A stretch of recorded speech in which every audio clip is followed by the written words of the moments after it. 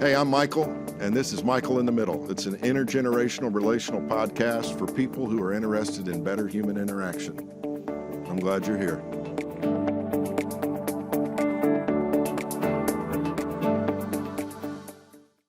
Hey, friends.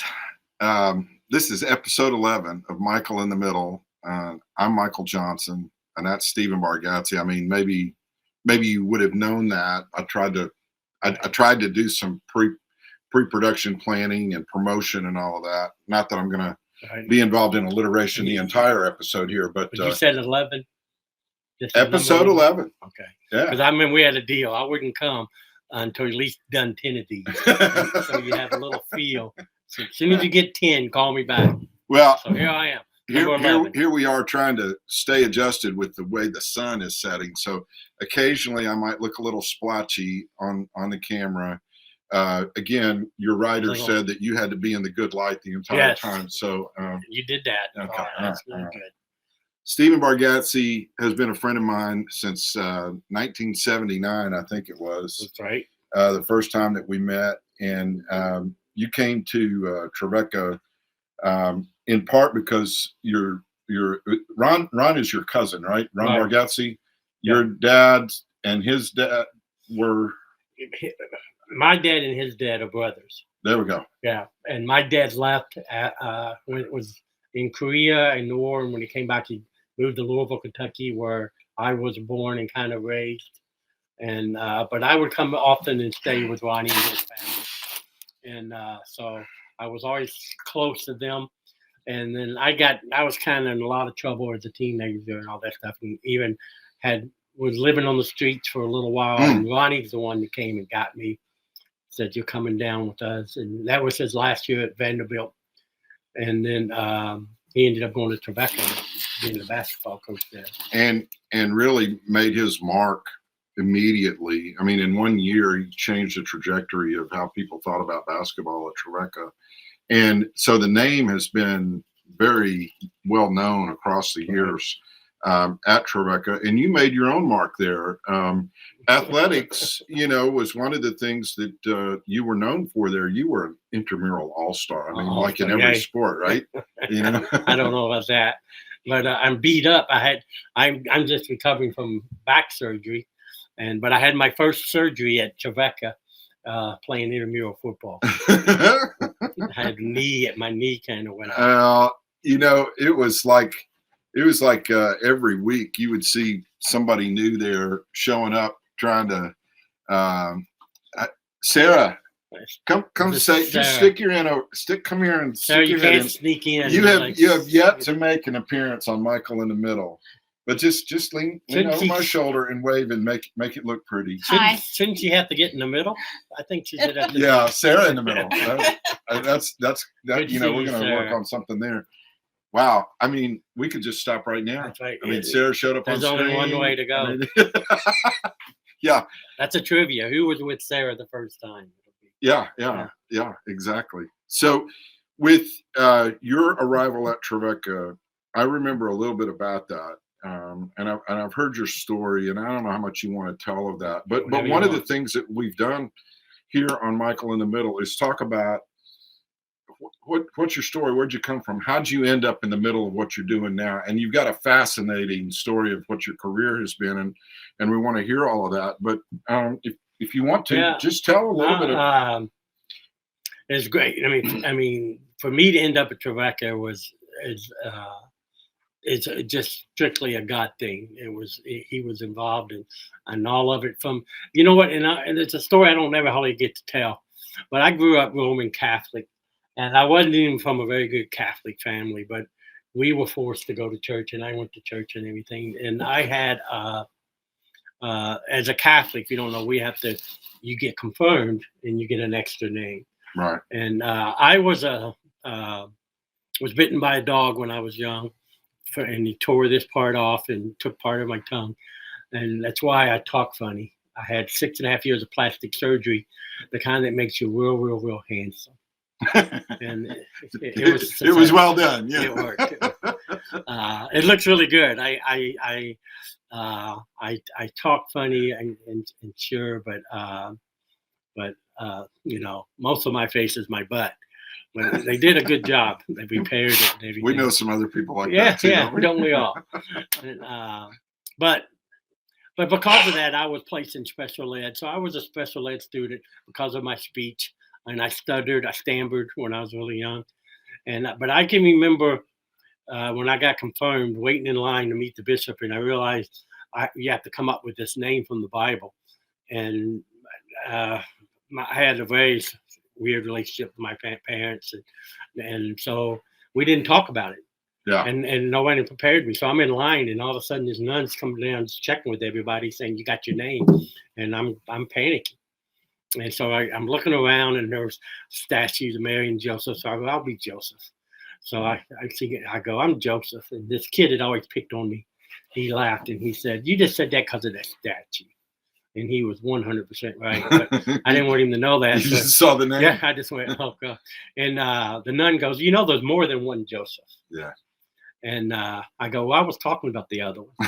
And I had no idea about the other one at that time. But little did I know that my life would be so much like the other one, Joseph, that I was kind of kicked out from my family. I wasn't a part the same with them. I never did gel with my mom, and my dad was an alcoholic, and we just didn't ever communicate or talk or do anything.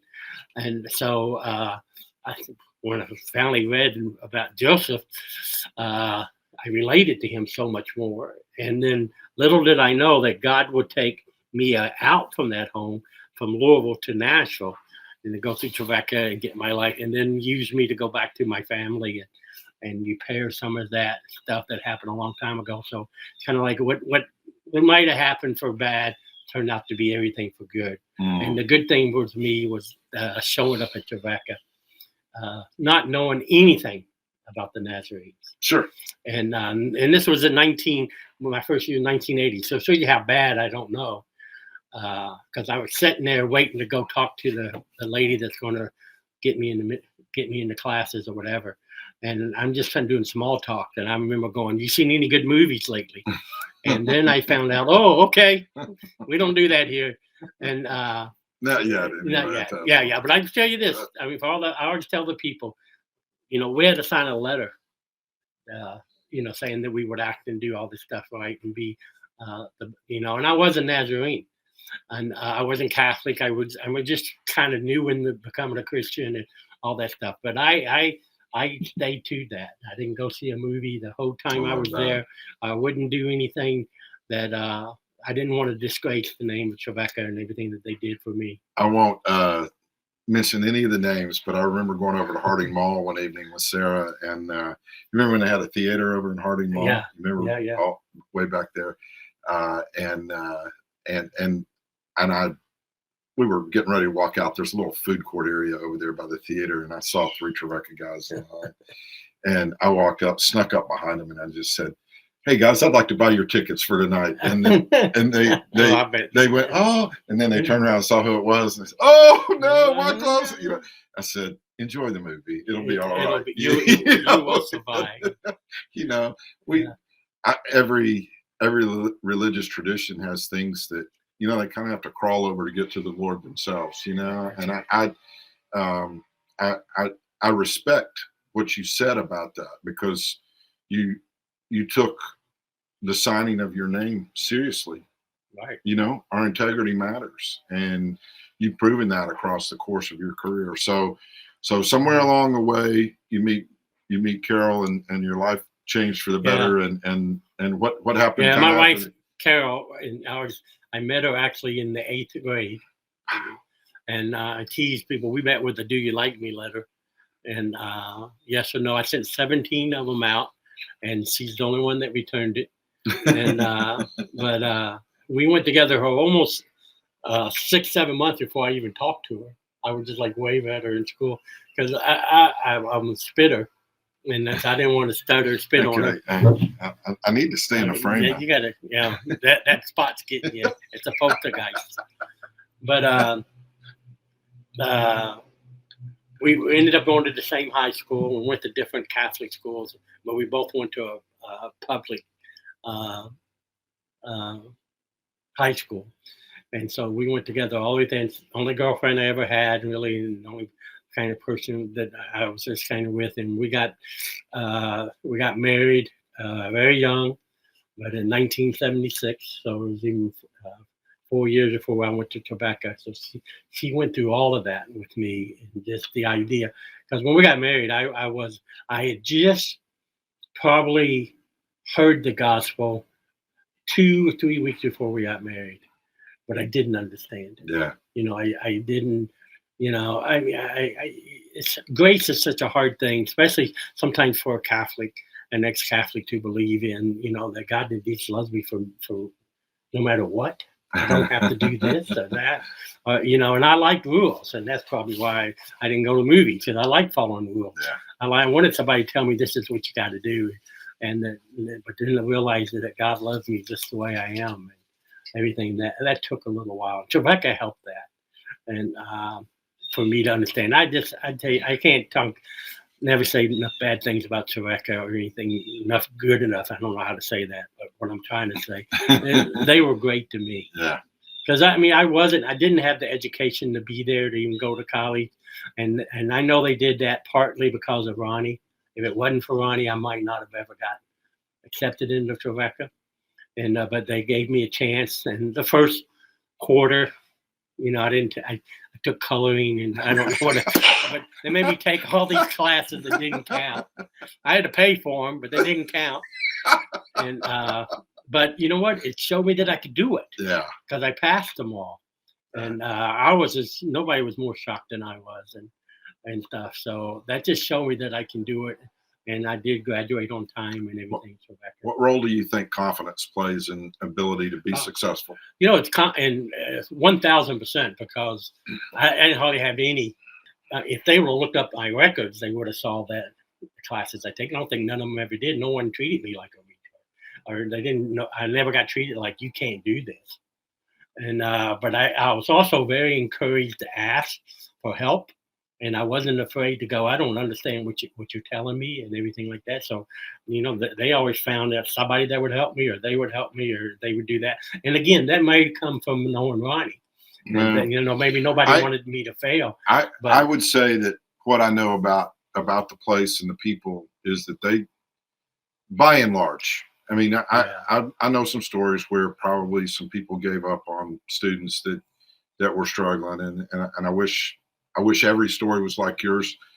I think most stories are like yours. I mean, we have some pretty stringent, admission requirements now in some respects, but man, I believe that everybody deserves a chance to prove that they can do something with a little extra help, and somebody to come alongside them and say, "Hey, I believe in you. I think you can do this." And so, to me, what happened as a result of that investment from some people at Trevecca back then paid off incredibly well. And I want to get to your family in a little bit, but how soon did you start working with entertainment combined with motivational speaking and encouragement and that sort of thing? And again, I'm just go back on that other one. It was that the teachers wanted me to do well. Yeah. And so I wanted to do it for them. It was the first time they was ever that believed in me. I'd run through a wall. If you want me to do this, I'll do this. Yeah. And because I knew that they cared. That's the only thing you can talk about confidence. I just knew that my professors, the ones I had, they really did care about me. They made me feel like they cared about me, and it was important that I do well in the class. So I went. Luckily for me, I got a job at the first 2 years. I was a night watchman at Rokeby, which also came from somebody at Rebecca got me that job. And so it was like from 11 at night till 7 in the morning, and just sit there at the door. Yeah. Which at 12, there's a lot of old people that do Rokeby. Most of them, everybody was gone to bed. Where is this? Rokeby is a big. Yeah, Rokeby. Yeah, I remember down that. there on still there on and Amy Grant's grandmother was there. I remember That's I see awesome. her to come in, but it gave me plenty of time to study. Sure. And then to read and do. I had nothing else to do to try to stay awake. So that part was God's way of saying, okay, I'm going to help you. You got all the time in the world to do your work.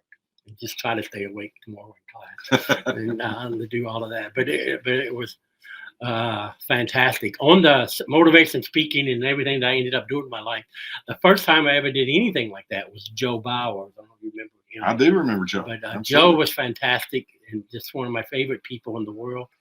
And he encouraged me to. He found out that I was doing some clowning and some things like that with Steve Pennington. Yeah. Remember another good old Trevecca name. And Steve got me involved, and I was doing some magic at that time, and was already had that as an interest. And so Joe got me to do some stuff at Trevecca, doing some of the chapels and things like that. I don't know if you heard, but Steve Pennington is bringing Snowbird back in a couple of markets. I did hear. It's out there on social media, at least. Yeah, you know. Yeah, I've seen it. Yeah, he's fantastic, and just been a friend as long as you have, and stuff like that. It's always great to follow him. So you're doing some of these shows and that sort of thing. I know that you recently retired from TSSAA, Tennessee Scholastic Sports and Athletic Association. Nah, he's way off. Tennessee Secondary Schools. Athletic Association. Yeah, but again, that came through Ronnie. Ronnie was doing something called the Right Team, which is student services, and so he was getting out of that and going and working in real estate or something, and so Mr. Ron Carter asked me to come over there. I was teaching school at Coopertown. I always tell people I actually went to Trevecca to be a pastor or something, because I was new as being a Christian, and I thought all new Christians have to be. Okay. All right. So I said, this is what I'm going to do, and I got sent to a doctor, not a professor at Trevecca, but off campus to a doctor for something else. And I just remember him asking me what I was studying, and I told him I was wanting to be a pastor. And he said, "Are you sure that?" At that time, my speech was still pretty bad. He said, "I don't think God would call someone like you." Oh my! And he said, and he made me go to Bill Wilkinson speech therapy, which is another great story, because when I got there, they thought I was deaf. They thought that was my problem. Somebody checked the wrong box. Your slurred speech made so people assume it. So he's yelling at me the whole time, and I'm going like, "What's going on with this place?" And they're going, "Ah." But again, it was my lack of knowledge of the Bible. I didn't understand. Moses had a speech impediment, and he wore a veil when he came off the mountain, because I think he's a spitter like I was. I'm pretty sure. But I didn't understand all of that, so I kind of thought, "Oh God, what am I going to do?" I have about half of my thing was in youth ministry and studying to be a pastor, so I changed it to education. I figured I'd spit on little kids, and so I just became a school teacher, and I like math, and so I emphasized in math, and so I taught school for a while before I went. Okay. Before I went, and in the meanwhile, the whole time I was there, the magic entertainment just became more and more. And I kept getting more and more offers to do stuff. And so that's when I kind of had to make a decision. Do I want to continue to teach, or do I want to get off and start doing this? Now, folks, you're going to want to stay tuned, because this man brought a couple some magic tricks. We're gonna cut those in for you, and there will be no trick photography whatsoever. Believe me. It's going to be this iPhone. That's going to be the only photography that's occurring with it. So it will be as if you were here. You will be utterly amazed. I promise you. I haven't seen the tricks, but I've seen him before. So I'm certain that it's just going to be mesmerizing. So please stay tuned. And while I'm at it, please subscribe to these podcasts. Yes. And get other people to subscribe. Because we want people to enjoy this kind of incredible story. So you're teaching school, you're working on your magic tricks. How did the TSSAA thing come? Yeah, one of the teachers I taught with, her husband was the director, Ron Carter. Yeah. And again, Ronnie Bargatze was working with him, and neither one of them thought of me, but it was his wife that said that you should talk to Stephen about doing this, and he could. And so they did. And I just started off working in some of the summer camps. Okay. And then I would start sharing my story of growing up and being special ed and picked on and stuff. And then they go, "Oh, this is great."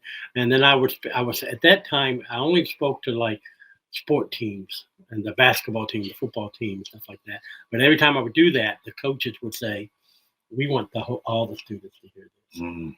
And so it just morphed into where I started doing larger assemblies, and I would speak to the whole school, sometimes 3 or 4 in a day.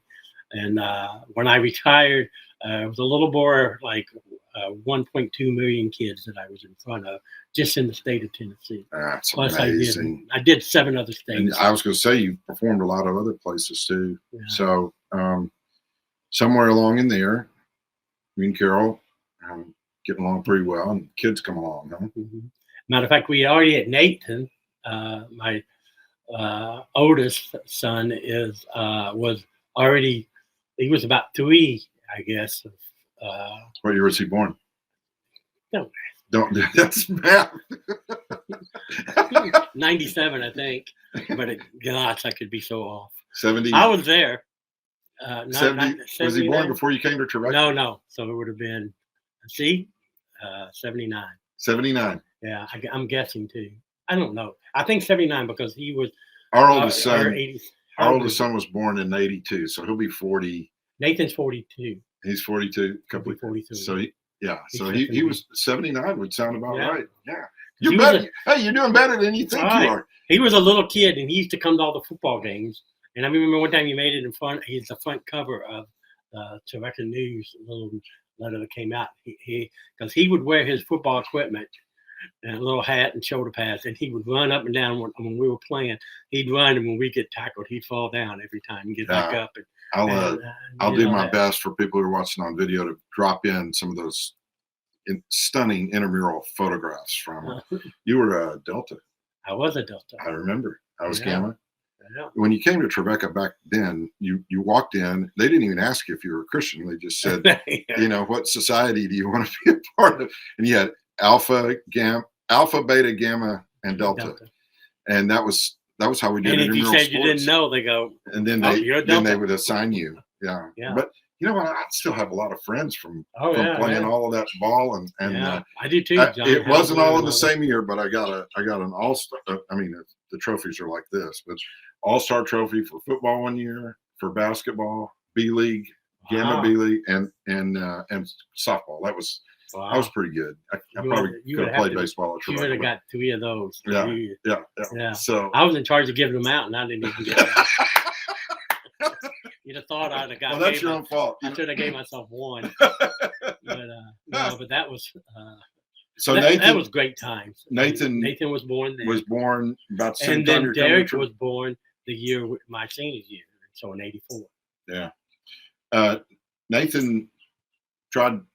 If I remember a little bit about this story, and it's fascinating to me because both of your sons have done exceptionally well in their chosen fields, but it's proof that there's no template. I mean, our 3 boys are all doing really well in what they chose to do, but they're each kind of doing something different.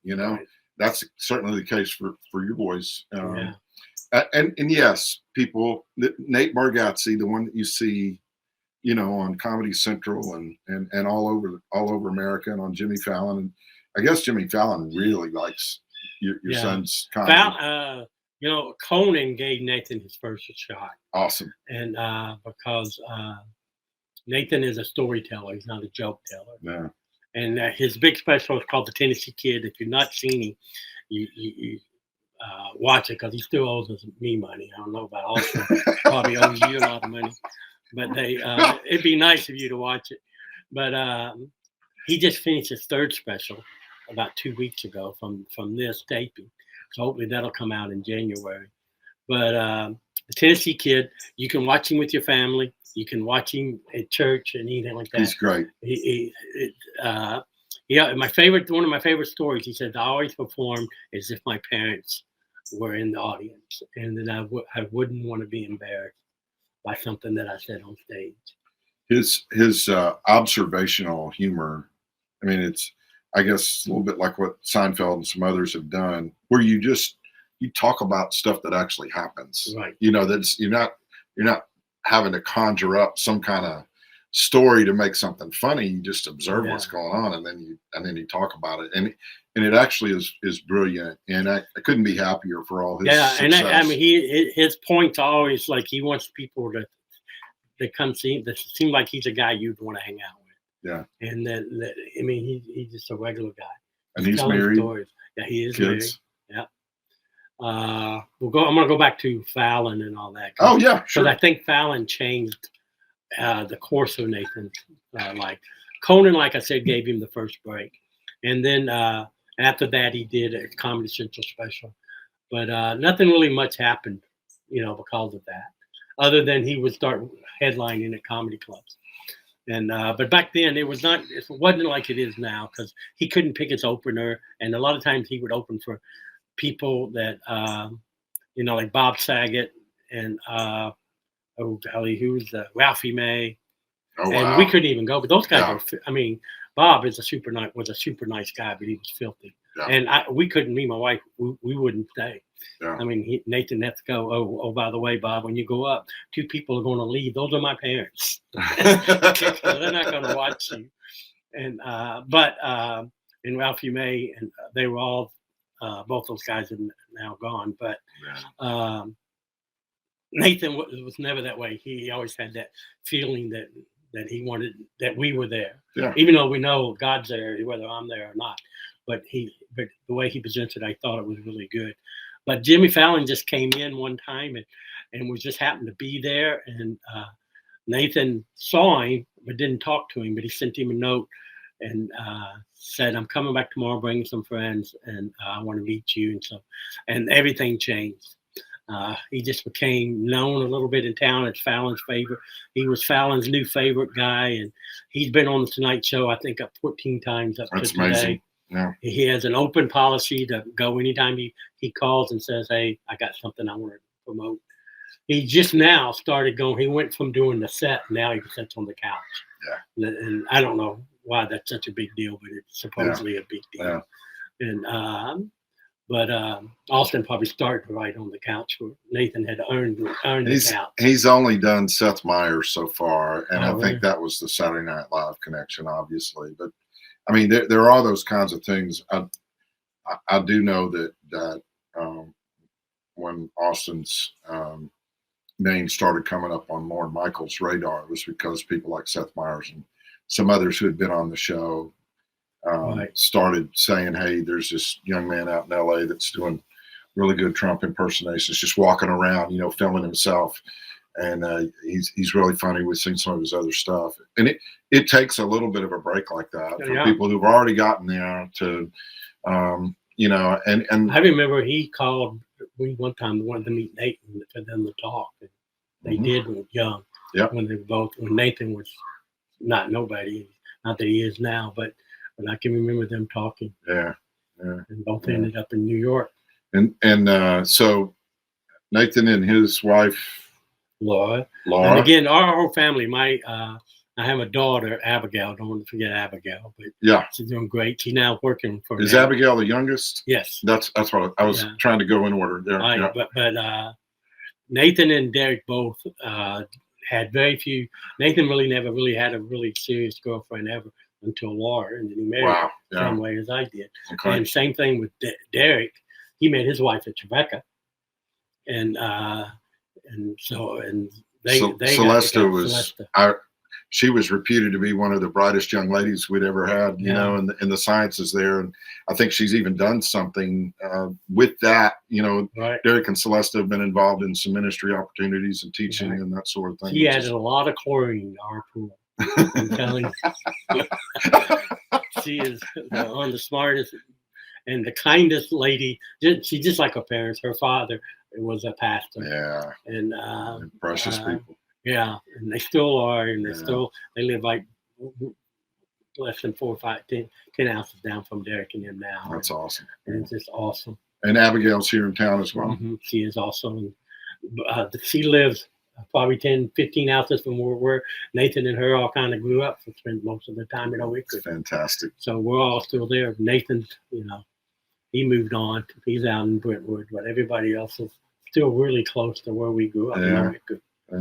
Roots matter, they really do. And I think one of the things as we get to the age that we are, of course we're enamored with our grandkids and we can't wait to go play with them and all of that, but there's something really special about watching your kid interact with their kid. I mean, it's a different kind of deal.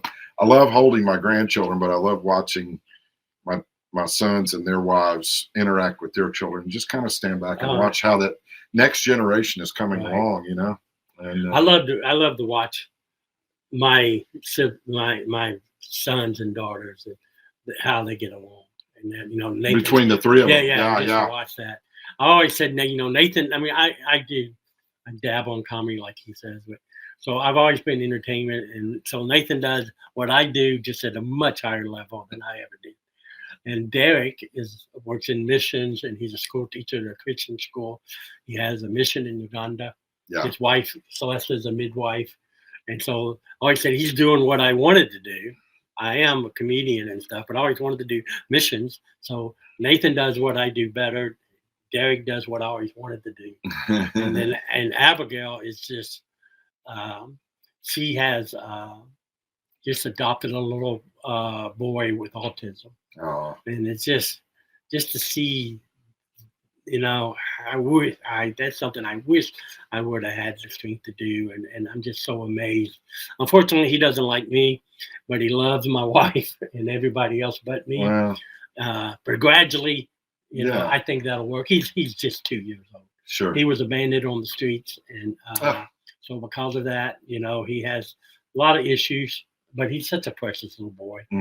And so she's working with him, and my wife keeps him a couple of days a week. Her sister does, so they all kind of team up with that, and it's just so special. Stephen, I would love to know. I mean, I'm sitting here kind of processing all of what you're talking about there, and the tough stuff that you went through as a child, and now you watch how long you and Carol have been together, and how your kids have responded to the opportunities that they've been given.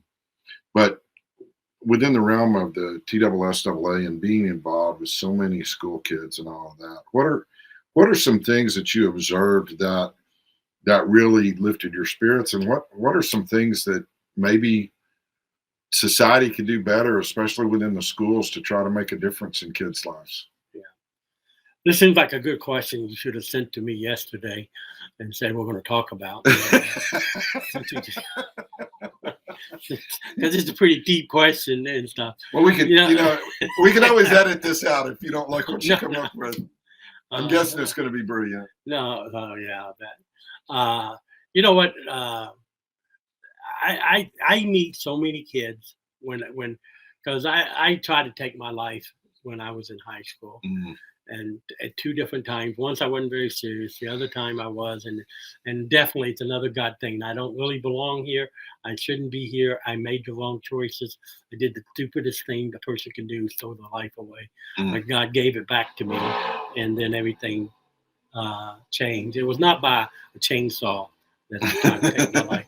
It just was an added, wasn't a sound effect that he put in. That's my neighbor who has hot rods over there, and I can see it out there with a chainsaw. Sometimes he drives them, and sometimes he just starts the engine up and moves them out of the garage. So we'll have to keep the people updated on that. Yeah, but I think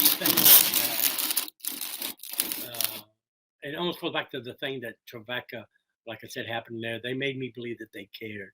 And it's when I would, and I didn't always do this, because I didn't always speak on suicide, but I would be asked to do that at that time.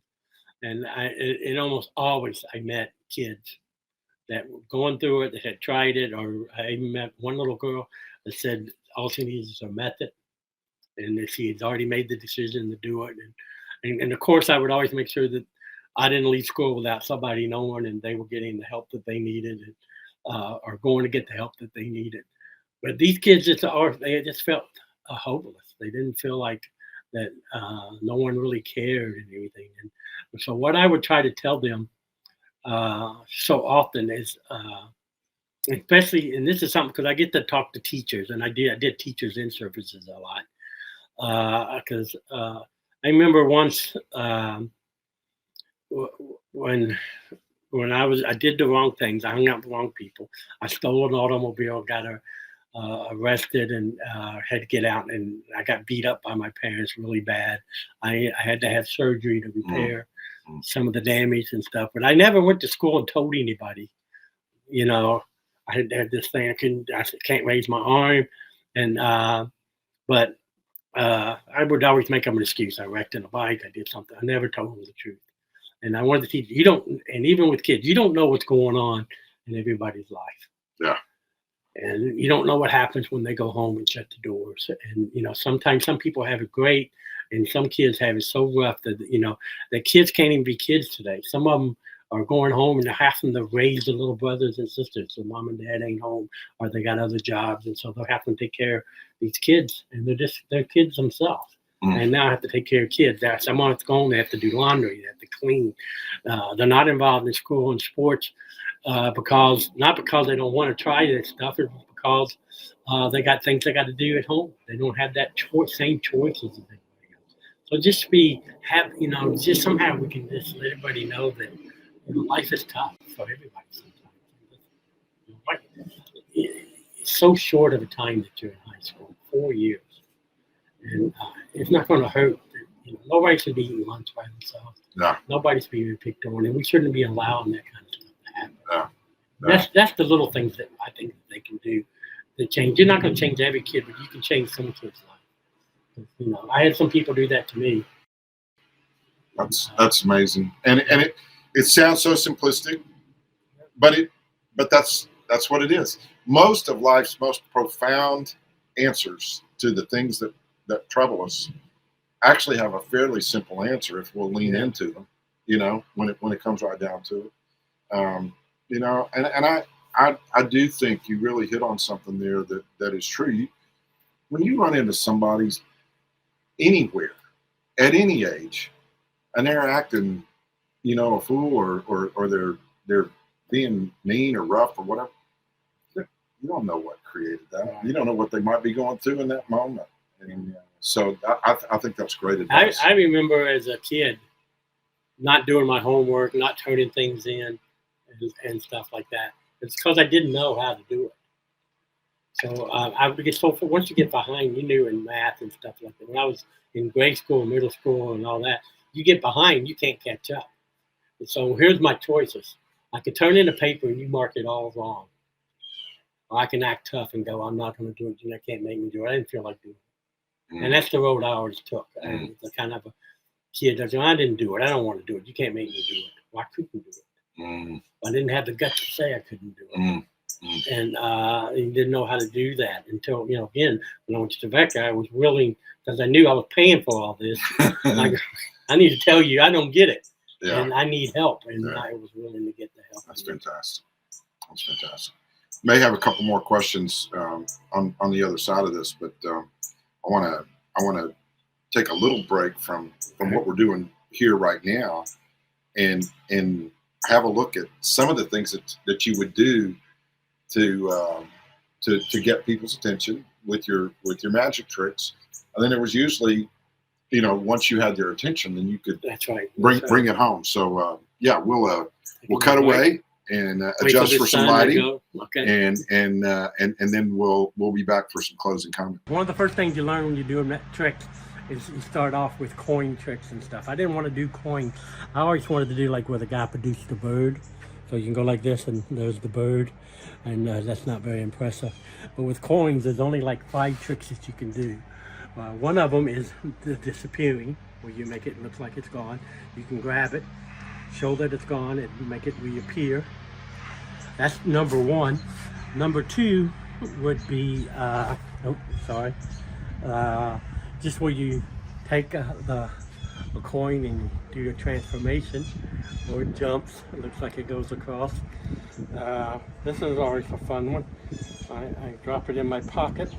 It's penetration, where it comes through the. Okay, it's not that all good, but you could change the coin. I can make the coin change. Probably didn't look too close, but that was a 74. Now it's a 72. Okay, I didn't really change it, but I'll change it now to a 79. And I'll change the color just in case you're not too sure about that happening. There's only one way to do that, and that was to cheat. Add 2 coins. And but that's not fair because I told you what year you wanted to change the coins. This is the 79. I mean 20. What is it? 21. This is 72. Michael, I'm gonna change it to the year you were born. What year was that? 1960. Watch it change to 1960. Both of them will change. They're in Chinese. Over 1 billion and something people speak Chinese. If you're not one of them, Michael, that's not my problem. And, there's only one other thing to do. If you can remember, you can make that was actually 5 things I did with a coin. And Well, where'd it go now? That. I know that's the final one. That's all. So that's trick number 1. That's a brand new trick. You're the first for me to ever perform this. Ever since I had my surgery, I worked on a couple tricks. That was one. Okay. Here's an old one, but good one. Okay. All right. All right, can you see them? Yep. They're all mixed up. They're all different. I've already shuffled the cards. That saves time, Michael, for both of us. I'm just going to go through the cards like this, and whenever you say stop, I'll take it and lay it on the table. Stop. Did you want this one or that one? I want the one in your left hand. This one, that one. Okay. I'm going to let you see it. Everybody can see it. You got it? I got it. I'll set it down. I'm going to go like this until you say stop. Stop. All right. And I'm going to place your card back here. And I'm going to place all these on top. All right. Did you look at the card when I showed it to you? I did, yeah. Did you look at the back? Well, it just looked like the same. No, they're different. Some of the backs are different. This Well, one's way a different. blue one? Yeah, it's the only one in here. Okay. Not yours. This is mine. This is the Jack of Hearts. Now, don't tell me yours. This is mine. I'll set mine down. Do you remember yours? Okay, yeah. Yours is over here in my pocket. Our pocket's over there. But that's okay. We'll do it again. This time, I'll go like this. I'm going to have to pan out a little further because I'll go like this, and you just say, whenever you say stop, Stop. I'm going to show you the card. Okay, I'm ready. Say stop. Say stop. Yours is still down there. Okay. Oh, wait, we'll do it again. But you say stop. Stop. Okay, look at this card. Watch. I need to see it again. I got it. I'm going to make a shadow. And the shadow's going to go over the Jack of Hearts. Okay. And what it does is it'll turn the Jack. Get out! It does. I've seen this. I read the book. You should read the book. That's in there. And, Oh, my word.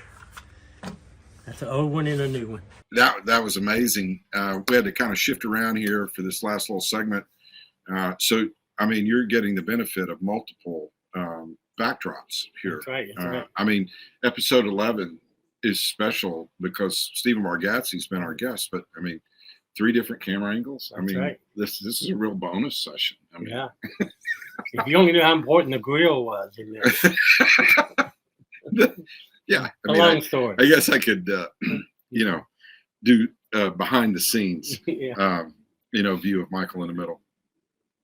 So, There's a famous trick in magic. I wish I'd have prepared to do it because it takes some things, but it's called monkey. monkey in It's the one of middle. the most famous tricks in magic. To any magician, you say monkey in the middle, they're going to go, oh, that's a great trick. So Well, you're right by there. Michael, I think in the dictionary would be Michael in the middle, then monkey in the middle. So you're right.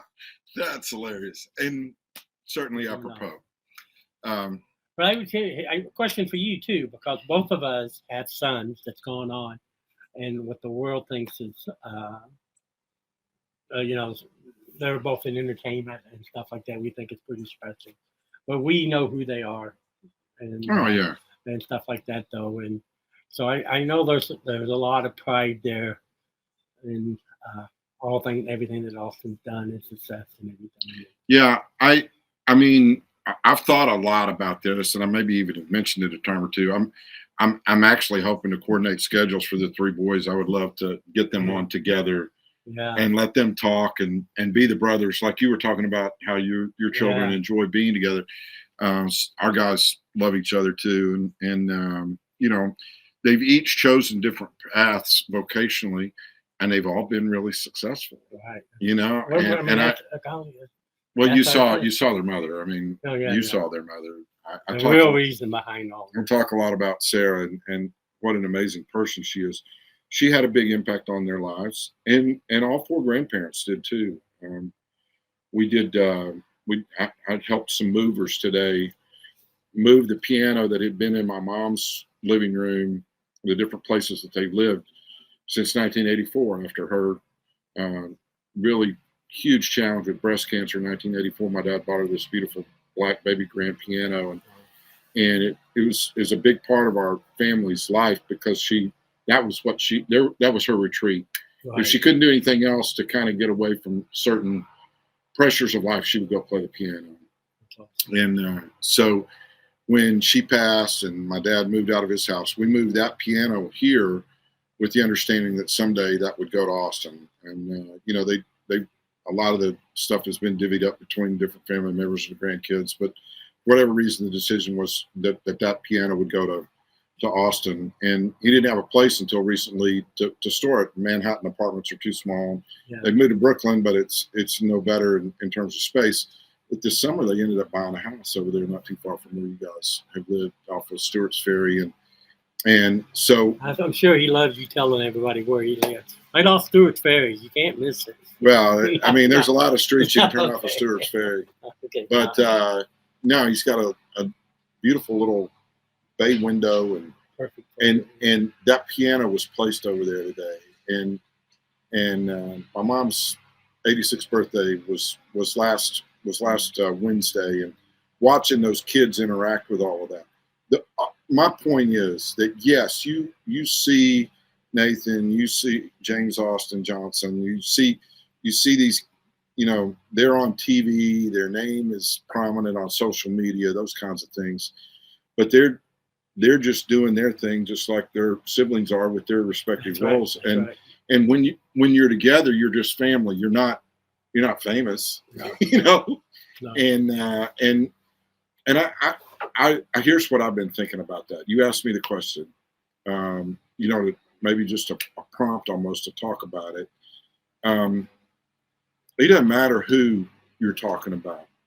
The most famous people in the world who could not handle fame, I think, struggled because people didn't know how to treat them like just a regular person. Right. With some of the things that we all commonly deal with, and the challenges of life and that sort of thing. And I think it's important to try to keep things as normal as possible, and to recognize that there's never a person you're going to come in contact with that God doesn't love just as much as He loves you or me.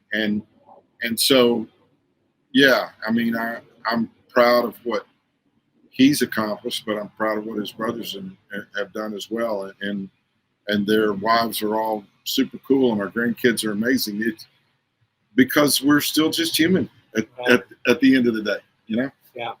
I got very blessed. Nathan they did a video, little movie. I don't know where it got shown at, but it was it was a couple of days me on tour with Nathan. So they're filming, making this kind of behind the scenes thing, and I had really no idea that it was being filmed at this time, because those guys, they were around you all the time. You never knew when it was going. But some lady asked me, she said, "You must be very proud of your son." And on tape, I go, "I'm proud of all my children." Yeah. And I went to die, and that was it. I don't even really remember, but my son and daughter saw that, and it really got to them, both of them. They both said, "You don't know how much that does." And I thought, well, why would you not know that? Yeah. But you just got to go, well, of course. And I think one of the best things Nathan's done is he's hired his sister, and she will put him straight faster than anybody. She lets him know, "Your name, Bargatze. I grew up with you, and you used to put your dirty socks in my face and all this stuff. I know you." And so she keeps him where he needs to be, and I think that's a great thing. It's awesome. If you had something that you'd want to say to people who maybe didn't even really know the Bargatze name, even not even familiar even with the fame that Nate's achieved, what's one thing that you would want to tell people about you know, what has made the difference for you and how you ended up in the middle of doing a lot of great things. What is there any kind of bottom line word of advice or encouragement you could offer? For me, it's always say, I think this is really important, and this is stuff I would say that I believe in. One of the best things at Trevecca for me, the thing that came out of Trevecca was chapel time. And I think we had to go 2 times a week, or maybe even 3, but I went every day. Yeah. I was open every day. Why would I not go? Because it was always great. The music was great. The worship was great. And that fellowship there has stayed with me my whole life.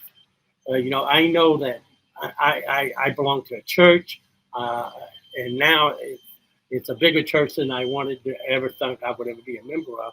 But there's a little part of it. We have a meeting. I don't even know what you call it. We used to call them Sunday school classes, but now they don't call that anymore. But I have this group of about 30, 40 people that's your church. And so I think just staying connected with people that are believers, have the same likes that you do. And then also it makes me stay connected to God. I have to read my Bible, I have to study it. I still want to keep track of what's going on. I know that God didn't bless my whole family just so that we can go around and I can drive a new car or I can do something. He's blessed us for a reason. And we need it, and we need to look and make sure I'm always having my eyes open to see where God's going to use me, and just honor the blessing that He's given us. Well, I want to say this, man, on behalf of 1,200,000 kids in Tennessee and untold numbers beyond, and all of the other people that you've been able to come in contact with over the years, your story has helped make a difference in the stories of so many other people. And I want to thank you for that. And I also want to say that your story very well could make a difference in somebody else's story as well. You know this by now if you've been watching or listening to any of these podcasts. I believe that God would want us to try to stand in the gap, be a bridge, be kind, be loving, be generous, and get in the middle of doing something good for somebody else, because it'll make a huge difference in your life. Thanks for being here.